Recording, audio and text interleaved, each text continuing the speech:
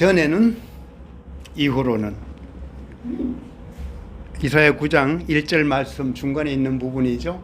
전에는 이후로는 성경 말씀을 우리가 대할 때 이 성경의 주인공이 누구냐? 그렇죠? 성경 66권의 주인공은 예수가 주인공이다. 그죠? 그럼 그 주인공과 내가 함께 그 자리로 초대받았다. 그리고 또 하나 성경 66권의 중요한 주제가 있다면 그것은 뭐다? 하늘 나라다.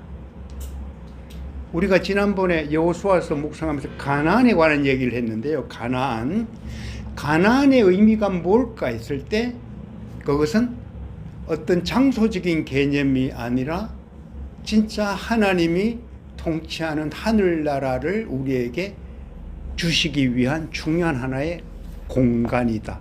그죠? 장소적인 의미의 공간이 아니고 그분이 통치하는 공간이다. 그래서 우리가 지난 시간에 뭘 했는가 하면은 플러스 알파가 있는 엔딩. 그죠? 땅 배부를 마쳤더라. 엔딩.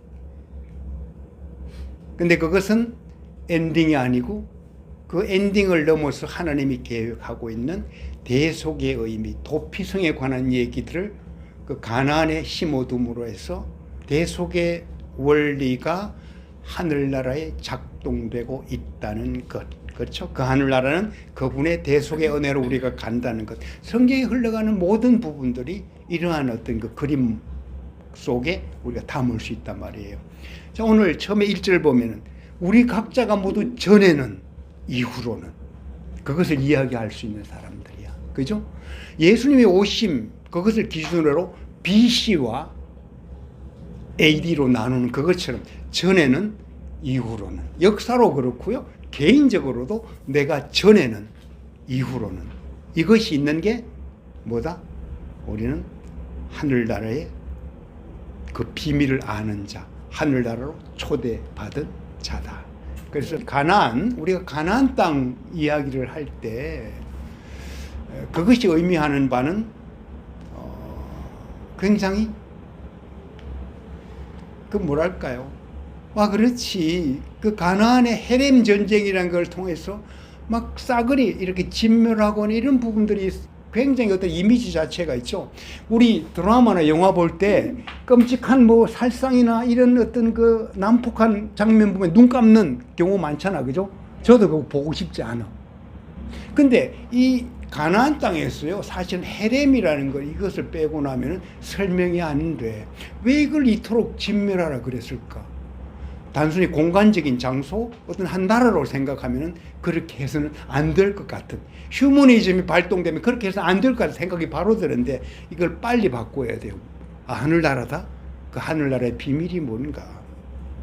결국은 그 마지막 진멸의 대상이 누구냐?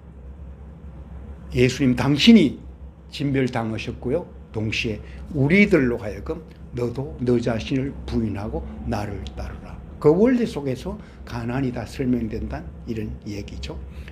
자, 몇 가지만 이야기하고 마칠게요. 가나안 그럴 때 땅 배분이 끝났을 때 제가 지난 시간에 한 얘기가 뭐예요? 유다나 요셉 지파가 가지고 있는 분배받은 넓은 땅만 바라보지 말라. 그죠? 뭐를 바라보라? 7 지파. 곳곳에 흩어져서 뭔가 작은 그런 땅들, 그 땅들도 생각하라. 그 얘기를 했는데요. 오늘 본문 보면 그게 바로 등장하죠. 1절 보면은 뭐예요? 그가 스불론 땅과 납달리 땅이 모욕을 당하도록 내버려 두셨지만 전에는, 이제는 뭐죠? 영광스럽게 한다. 하나님의 생각은 뭐죠? 유다나 요셉 지파가 가지고 있는 그것에 주목하지 않고요. 납달리, 그 다음에 뭐예요? 스불론. 이게 그 갈릴리 그 호숫가, 갈릴리 지방이야. 참 여기가 참 힘든 데야. 북쪽은 아수르가 대치하고 있기 굉장히 당하기가 쉬운 동네예요. 그 변방이지. 그죠? 근데 거기서 그 갈릴리 지방을 영화롭게 하셨다. 그러고 약속한 게 뭐예요? 한 아이가 태어났다. 이 얘기예요. 그죠? 그 영광의 정점에 누가 있는가? 한 아이가 태어났다. 그게 크리스마스의 의미예요. 그리고 우리 크리스마스를 생각할 때, 와, 내게 크리스마스가 있구나. 이 말은 그리스도의 계절이 왔단 말이야. 그죠?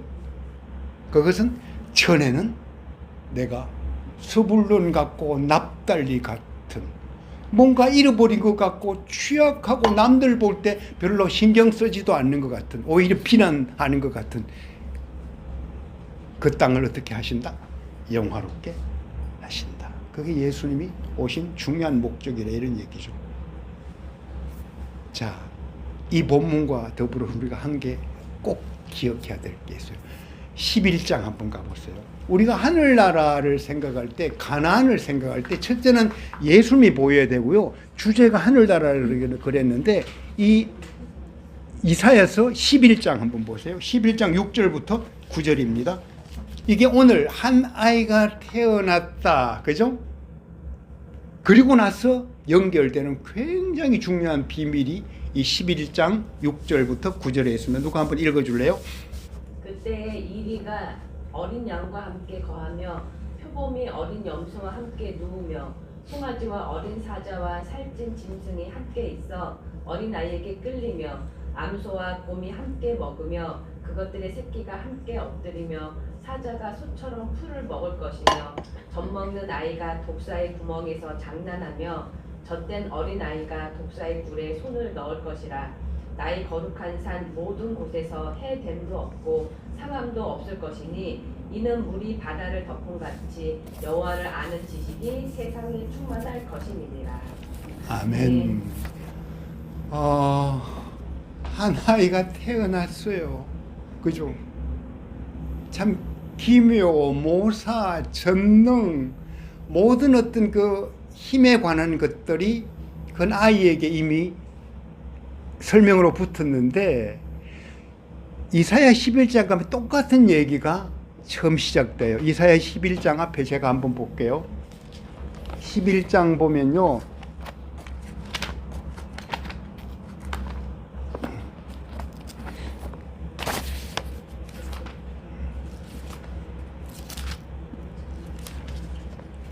제가 눈이 점점 침체해져 가지고요. 참 좀 안 됐습니다. 네. 11장 처음에 보면요. 이새의 줄기에 한 싹이 나며 그 뿌리에서 한 가지가 나서 결실할 것이요. 그의 위에 잘 들어보세요. 여호와의 영, 곧 지혜와 총명의 영이요. 모략과 재능의 영이요. 지식과 여호와를 경외하는 영이 강림하시리니 이렇게 이어갑니다. 그래서 뭐예요? 한 중요한 어떤 그 장면이 펼쳐져. 그게 오늘 6절부터 9절까지 읽은 거예요. 그거야말로 뭐예요? 하늘나라지. 그죠? 더 이상 강한 자가 약한 자를 먹는 공간은 아니야. 그렇죠? 더 이상 마치 가나안 정복할 때처럼 민족이 민족을 그렇게 먹어가는, 그죠? 전쟁하는 그런 게 아니야.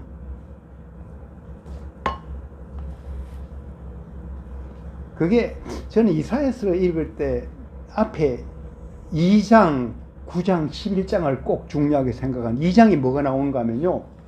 민족 간의 분쟁을 심판하시고 나라 사이에 분규를 조정하시리니 나라마다 칼을 쳐서 보습을 만들고 창을 쳐서 낫을 만들리라. 민족들은 칼을 들고 서로 싸우지 않을 것이며 다시는 군사훈련도 하지 아니하리라. 이사야 2장 3절 4절 얘기거든요. 그러면은 이사야서를 읽을 때 와, 그 장면이 나와. 전쟁이 그쳤어. 그죠? 평화가 와. 근데 그것을 보장하는 중요한 메시지가 뭐다?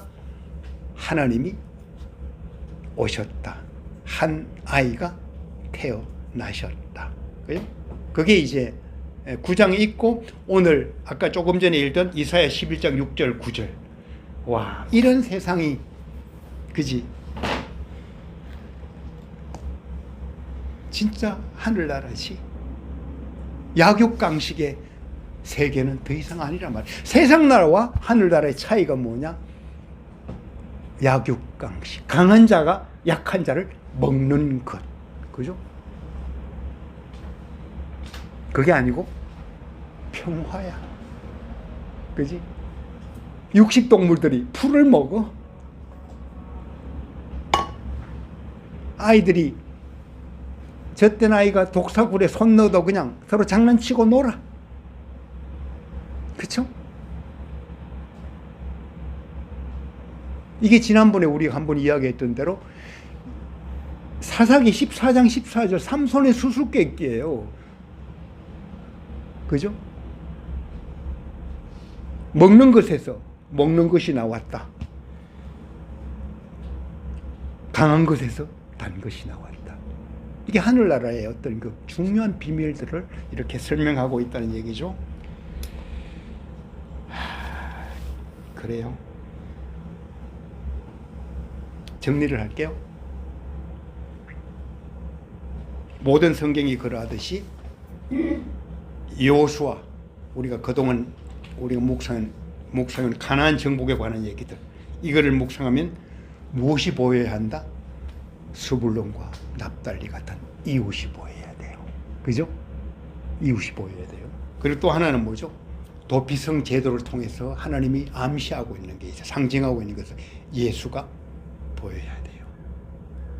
그리고 오늘 아까 이사야서 11장 얘기했듯이 뭐죠? 세상 나라가 아닌 하늘나라가 보여야 한다. 그래서 우리 다큐 모임에서도 우리 다큐 식구들이 서로 잘 보였으면 좋겠어. 참 잘 보는 것 같아. 나는 눈이 좀 어두워서 잘 못 보는 것 같은데 다들 다큐 식구들이 보여야 돼. 그리고 누가 보여야 돼요? 예수 그리스도가 보여야 돼요. 그리고 뭐죠? 하늘나라가 보여야 돼요. 그렇죠? 전에는 이후로는 지금까지 어떻게 지냈든 상관없어. 전에는 이후로는. 그게 뭐죠? 히어 앤 나우를 가장 잘 살아가는 방법이 아이러니컬하게도요. 지금 여기에서 뭐예요? 전에는 이후로는 이라는 것을 이야기할 수 있을 때. 그래요? 지금 여전히 나는 더 이렇게 소위 못다한 사랑만 생각하는, 전에는 이후로는. 그전에는 내가 참 뭔가 잘못한 게 좀 있어서 미안한 마음이 참 많아. 전에는 이후로는. 그게 지금 여기를 참 잘 살아가는. 그죠? 우리 어머니 늘 이야기하신, 제가 말씀드리는데, 전에는 이후로는 그 경계가 굉장히 희미해. 그죠? 전에 거 잘 몰라. 이후로는 내 생각도 별로 없어. 근데 뭐죠? 순간순간 지금 이 시간을 살아가면서 그래, 나의 전은 30분 이전이 아니고 바로 얼마 전이다. 지금 이 순간이다. 나의 후는 한 달 후가 아니고 바로 지금 전화 끊고 나서 야야 내가 너 전화 못 받아서 미안하다. 다시 전화할 정도로. 그죠? 전에는 이후로는. 그래서 서로 우리도 뜨겁게 사랑하면서 살다가 가십시다.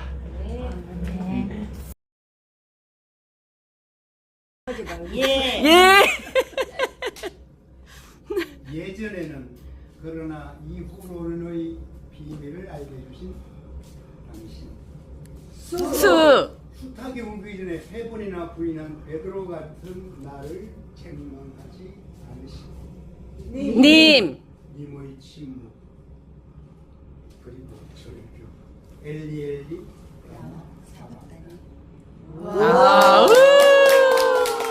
멋있습니다.